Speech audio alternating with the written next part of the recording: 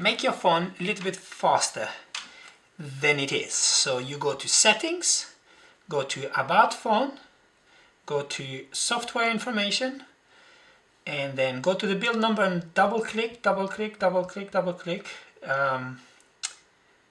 software information, build number,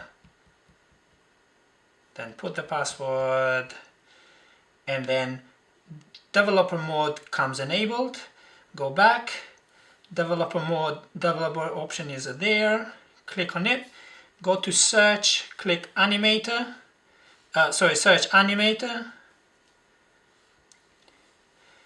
Animator duration scale comes on, go on the bottom, click animation duration scale and put it off. Now voila, you have a faster phone than before.